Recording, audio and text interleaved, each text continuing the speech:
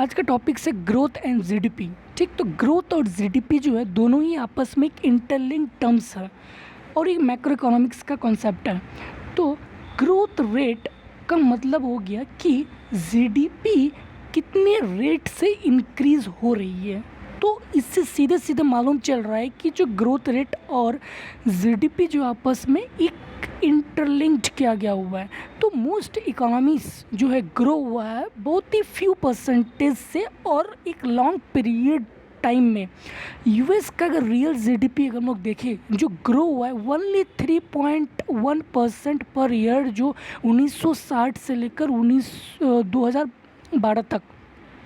ठीक, तो what causes GDP to grow over time. भाई क्या ऐसा कारण है जो जीडीपी जो है ग्रो होता है ओवर टाइम के अकॉर्डिंग।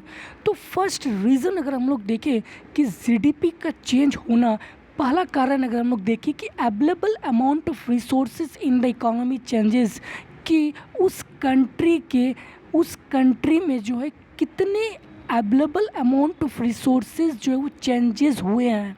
ठीक, तो प्रिंसिपल रिसोर्सेज क्या है, दो ही है, एक कैपिटल और दूसरा लेबर।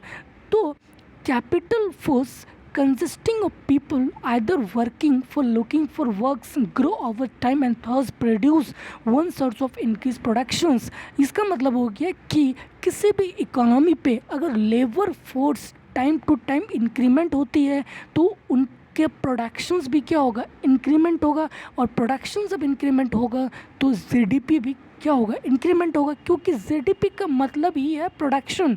तो इसीलिए जो लेबर फोर्स भी इंक्रीज होना ये बहुत बड़ा ज़रूरी है हमारे प्रोडक्शन के लिए। लेकिन हाँ, एक लिमिट होनी चाहिए, ये नहीं कि ओवर पॉपुलेशन या फिर एक्सप्लोजन हो जाए, ये जो है एडवर्स इफेक्ट डालता है हमारे जीडीपी पे, हमारे प्रोडक्शंस पे। तो जैसे कैपिटल स्टॉक्स हो गया, कैपिटल स्टॉक्स मतलब जितने भी कैपिटल से रिलेटेड है, चाहे वो इंक्लूडिंग बिल्डिंग्स हो, मशीन्स हो। अगर मशीन्स भी, अगर मशीन्स के नंबर भी अगर चेंज होते हैं, अगर उसके मशीन्स के नंबर पे अगर इंक्रीमेंट होती है तो कहीं ना कहीं प्रोडक्शंस में भी क्या होगा, इंक्रीमेंट होगा। क्योंकि जितनी ज़्यादा मशीनें होगी, जितनी ज़्यादा कैपिटल होगी उतनी ही ज़्यादा प्रोडक्शन होगी, और जितनी ज़्यादा प्रोडक्शन होगी उतनी ही ज़्यादा क्या होगा, जीडीपी इंक्रीमेंट होगा। तो increasing in the availability of factor of production, तो कहीं ना कहीं इंक्रीज हो रहा है एक availability of factor of productions, labour capital जो used in the production of goods and services. हम लोग जानते हैं कि जो फैक्टर ऑफ प्रोडक्शन है वो चार ही होता है, लैंड, लेबर, कैपिटल, एंटरप्रेन्योरशिप्स। ठीक है, तो ये जो इंक्रीजिंग है इसकी एबिलिटी है, मतलब जो फैक्टर ऑफ प्रोडक्शंस का जो एबिलिटी है अगर वो इंक्रीज होता है तो कहीं ना कहीं हमारे गुड्स एंड सर्विसेज का प्रोडक्शंस भी क्या होगा, इंक्रीमेंट होगा। और जब ये इंक्रीमेंट होगा तो जीडीपी क्या हो जाएगा, चेंजेस हो जाएगा। तो पहला कारण ये देखिए हम लोग, और दूसरा कारण हम देखते हैं कि उसकी एफिशिएंसी पे। सेकंड रीज़न क्या है कि एफिशिएंसी ऑफ फैक्टर प्रोडक्शंस, मतलब कि फैक्टर प्रोडक्शंस का जो एफिशिएंसी पे कितना चेंजेस हुआ। ठीक, क्योंकि अगर एफिशिएंसी अगर इम्प्रूवमेंट होगा किसी भी इकोनॉमी का तो क्या होगा, प्रोडक्शन इंक्रीज होगा।